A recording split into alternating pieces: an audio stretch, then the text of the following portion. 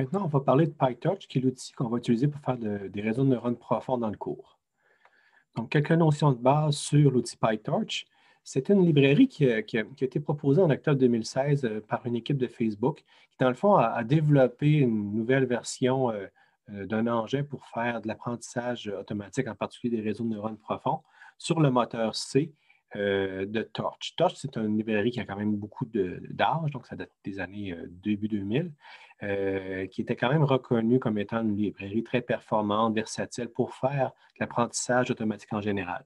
Puis PyTorch, c'est une version qu'on pourrait dire qui est très ancrée dans le langage Python.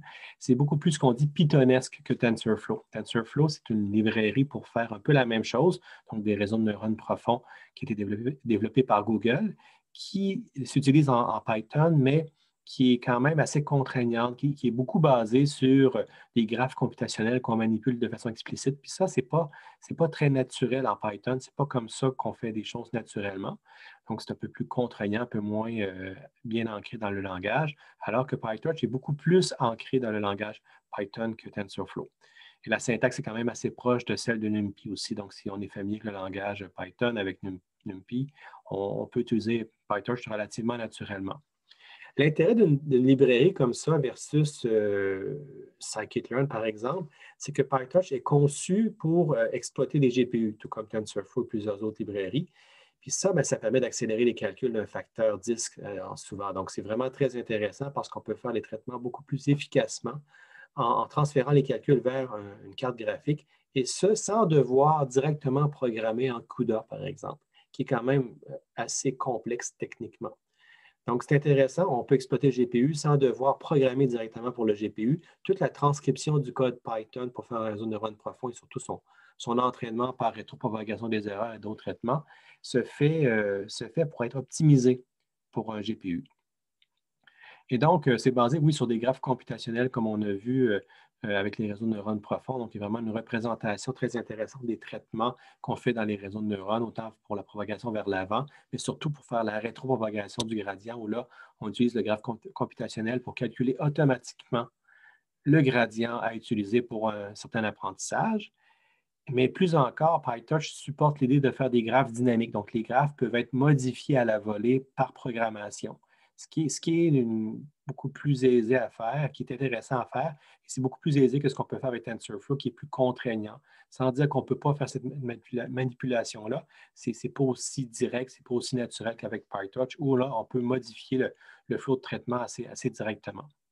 Puis maintenant, ça a 4 ans d'âge, c'est devenu quand même assez stable. Ça a eu un super beau démarrage en l'espace de quelques mois. C'est devenu un outil quand même important dans le domaine. Puis maintenant, après 4 ans, c'est un outil qui est utilisé par plusieurs compagnies de façon sérieuse.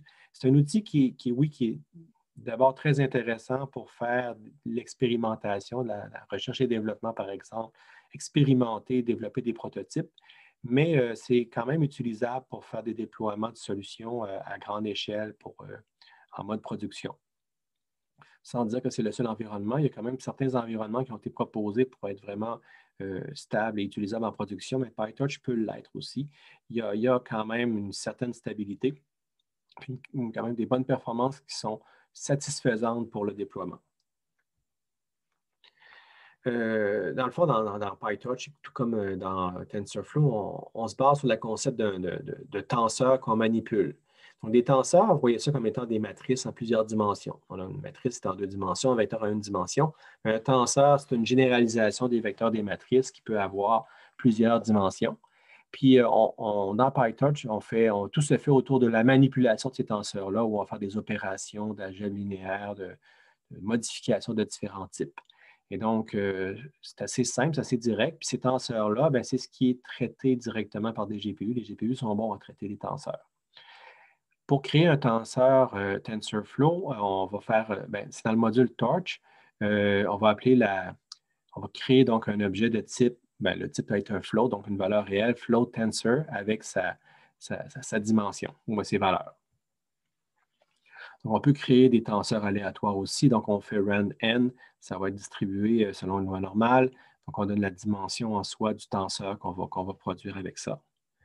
Et on peut aussi convertir un array NumPy en tenseur TensorFlow. C'est nécessaire parce que PyTorch, dans le tenseur PyTorch, donc PyTorch ne traite pas naturellement les arrays NumPy, il traite plutôt des tenseurs à l'interne. C'est nécessaire pour que les traitements graphes computationnels et tout le calcul automatique des dérivés soient correctement faits. Mais la conversion se fait avec une seule fonction. On peut faire plusieurs opérations sur ces tenseurs-là. On peut faire, par exemple, l'addition de tenseurs. S'ils ont la même taille directement, la fonction plus va les additionner sans aucun problème, comme on s'attend de faire avec des arrays NumPy. Donc, on peut aller voir dans la documentation toutes les opérations qui peuvent être faites sur nos tenseurs PyTorch. Lorsqu'on applique ces opérations-là, ce qu'il faut comprendre, c'est que PyTorch, à l'arrière, se construit son graphe de calcul. Donc, ce graphe-là il enregistre finalement, c'est comme si on a une espèce de ruban qui enregistre l'information sur toutes les opérations qui sont faites. Et donc, on sait de quelle façon on peut arriver au résultat. Puis cet enregistrement-là, est intéressant lorsqu'on veut vouloir calculer automatiquement les dérivés. Donc, à chaque étape du graphe, on sait l'opération, puis chaque opération simple élémentaire, on sait de quelle façon faire la dérivée partielle. Et donc, on est capable ensuite donc, de faire les dérivés successivement, puis algorithmiquement arriver à construire la dérivée qui résulte de toutes les opérations qu'on a faites.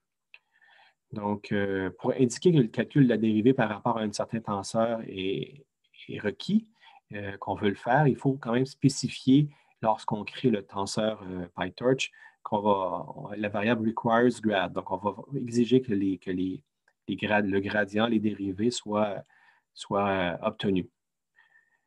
Puis une fois que le tenseur est existant, on peut switcher, on peut changer la valeur de cette variable-là, puis dire requires grad est égal à vrai. Comme ça, lorsqu'on va calculer les dérivés, on va faire le calcul des dérivés sur le graphe, sur l'ensemble des opérations. Il va savoir que dans cette opération-ci, ou sur cette variable-là, on va utiliser cette variable-là pour pouvoir, comme point de référence par rapport à nos dérivés.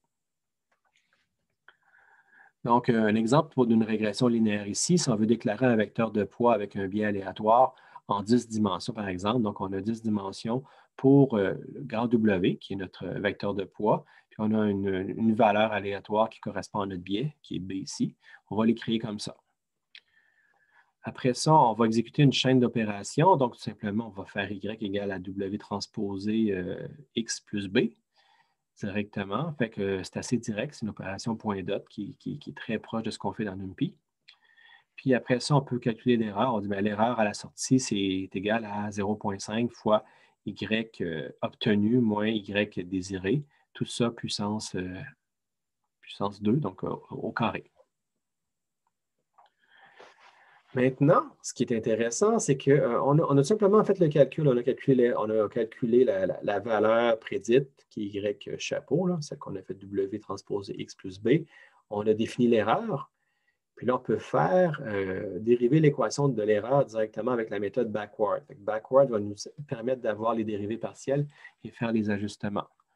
Donc là, on peut récupérer directement les dérivés dans des tenseurs W et B. Fait qu'avec W grade, B grade, on a le résultat des dérivés sur W et B par rapport à nos valeurs. Puis là, on peut faire un pas dans la bonne direction. Donc, on peut appliquer une descente du gradient de façon explicite ici. On va dire que le nouveau W est égal à W moins taux d'apprentissage état fois le gradient pour W. Même chose pour B. Donc, on voit que directement, on n'a pas eu à définir nous-mêmes à la main c'est quoi la dérivée de la fonction d'erreur. Avec la fonction backward, directement, PyTorch le fait, nous le calcule, et on l'a ici.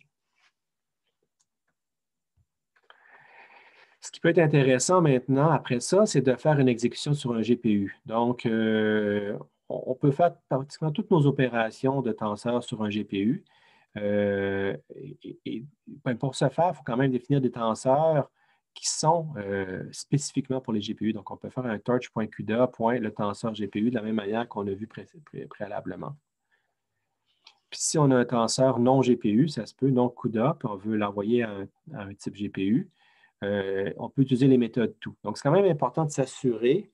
Puis, dans le fond, ce qu'il faut voir, c'est comme nos tenseurs ne sont pas sur le GPU, sont localement dans la machine, on les envoie sur le GPU, on les ramène. Donc, ça, c'est typique du traitement avec GPU, c'est qu'il faut régulièrement transférer l'information parce que la carte graphique a sa propre mémoire qui est distincte de la mémoire de l'ordinateur.